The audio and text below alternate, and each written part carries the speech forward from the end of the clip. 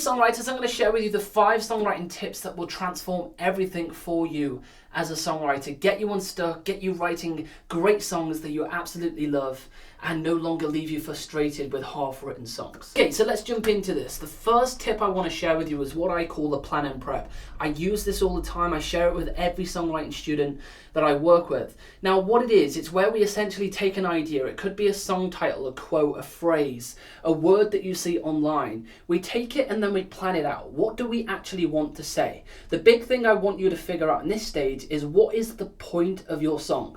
What do you feel that you want to express in this song? How do you want to say it? What will each section of your song say? What will the verse be saying? Chorus, verse 2. And the other way to look at it as well is to ask yourself, what do you want the listener to think and feel at the end of listening to this song? For context, say for example, we've got a love idea, which is I love you, okay? We've got a song title, it's called I Love You. It's about these two people who have been friends forever, but they've been scared to say to one another that they love each other, right? And that they want to take a relationship. Now, this is just a very basic idea. There's a plan. And that basically is going to translate to how we say that in the song. And then the listener is going to, at the end, know exactly the context of this song, that there's two people, they've been friends for a long sustained period of time. The story breaks up into chunks, and now they know that they're going to get together. Or maybe we plot twist it and one of them says that I love you, but the other one doesn't feel the same, and then they lose their friendship. But by doing that, we know exactly what we want to say, how we want to say it, and how that segments into the story of our song. Because the alternative is going to a guitar or a piano or singing out ideas something like this. Cause I feel and you don't really know what you're trying to say. You're just singing out ideas. And you can do that for maybe 5 or 10 minutes and see what comes to you. But at some point, you need to figure out what you're trying to say and then go about actually delivering that into your song so the listener and you understand it far easier. Tip number 2 is find what you want to say and say it better. Now, of course, that's what we all want to do as songwriters. What I mean by this is actually figure out what you're trying to say in your song. So it relates back to plan and prep and figuring out that. But let's say you have a lyric in your song and you want it to be better, all right? You're not happy with it. And the lyric is, the sky is blue, okay? The sky is blue. So you know exactly what you want to say. You are trying to visualize to the listener, the sky is blue. You want to say that. But how can we say it better? Well, we could take that blue concept and we could relate it to the ocean. The sky is flowing like a river. The sky is blue like an ocean.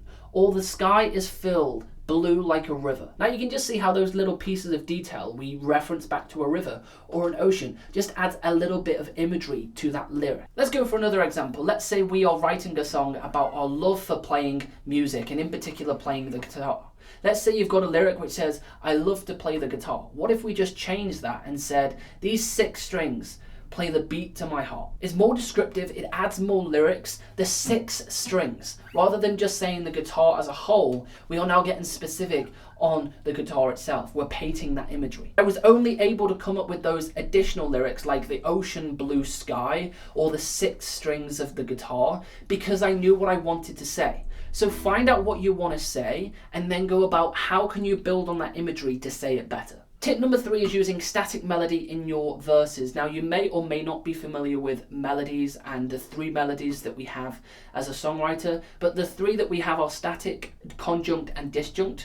The one that I'm referencing here is static. Now these are great for verses. If you have a story that you're trying to deliver to the listener, you want to set the scene, build the imagery. We don't want to have a melody that's moving all over the place. We want to keep it simple. So the best way for me to explain this is if you took pen to paper and you drew a straight line that didn't move, that's what you're trying to replicate in terms of a melody. So it would sound something like this.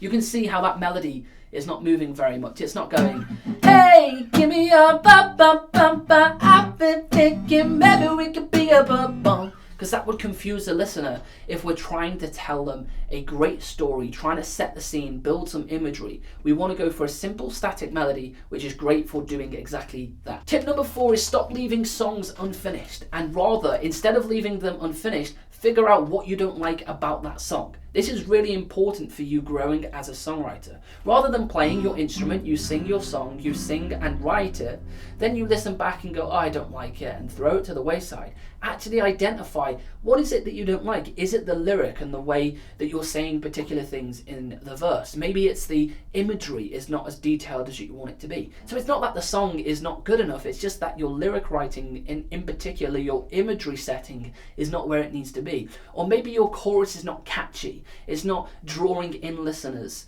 in the way that you want it to. Well, that's your problem. It's not the lyrics in the verse, it's not the melody in the verse, it's not the chord progression that you're creating, it's your hook writing in the chorus. So rather than throwing your songs away, figure out what's the problem and then how we fix it. Tip number 5 is be authentic to your song. Write about real things that you can relate to. Now, of course, we are human beings, we can't experience every single thing that there is on this planet, but where you can be authentic to your song, where you can write a song about something you have actually experienced, whether that's love, moving away, losing a friend, a loved one, wherever it may be, and you can be real and honest and vulnerable in that song, I can say with certainty that song is going to be so much better because you are just being honest. You're being truthful to the song and you are writing about something that you genuinely know those feelings, those thoughts and those emotions for. And when you do that, the song is far better to the listener and 9 times out of 10 far better to you. So go ahead, implement these tips into your songwriting,